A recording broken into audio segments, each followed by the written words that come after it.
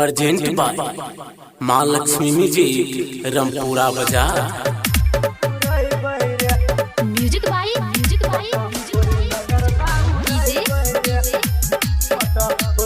राजा DJ पकड़ा चढ़ा जय भैया मत भैया के शादी छे सुन रे मीता भैया के शादी छे सुन रे मीता उसको हम पार्टी मनाइबे रे आ डीजे पकड़ा चढ़ा जय भैया मत पर में गर्दा उड़ाइबे रे हे रे डीजे पकड़ा चढ़ा जय भैया मत पर में गर्दा उड़ाइबे रे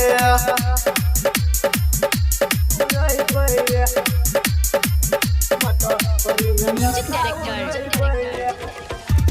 डीजे राजा डीजे पकड़ा चढ़ा जय भैया मत सब मिटा गोले बैठक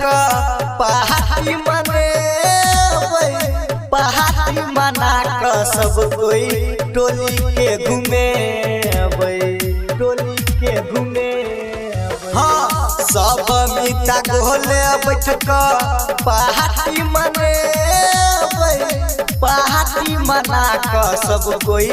टोली के घूमे हेते रे हल्ला पूरा टोला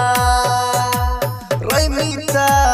हेते रे हल्ला पूरा टोला मीता के नाम फर्स्ट ए दौरे आ डीजे पकड़ा चढ़ा जय भैया मत पर में गर्दा उड़ाइबे रे हे रे डीजे पकड़ा चढ़ा जय भैया मत पर में गर्दा उड़ाइबे रे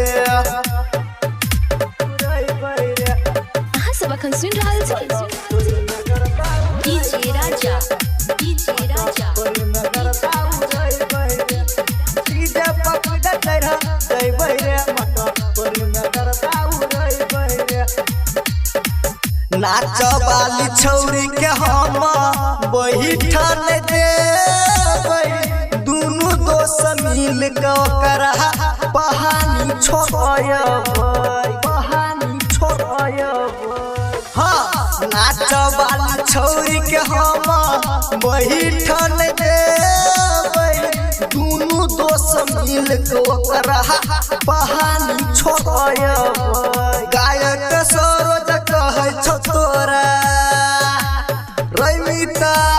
डीजे रूपेश कहै छौ तोरा एक साल बाद मकाए तोरे आ डीजे पकड़ा चढ़ा जय भैया मत पर में गर्दा उड़ाइबे रे हे रे डीजे पकड़ा चढ़ा जय भैया मत पर में गर्दा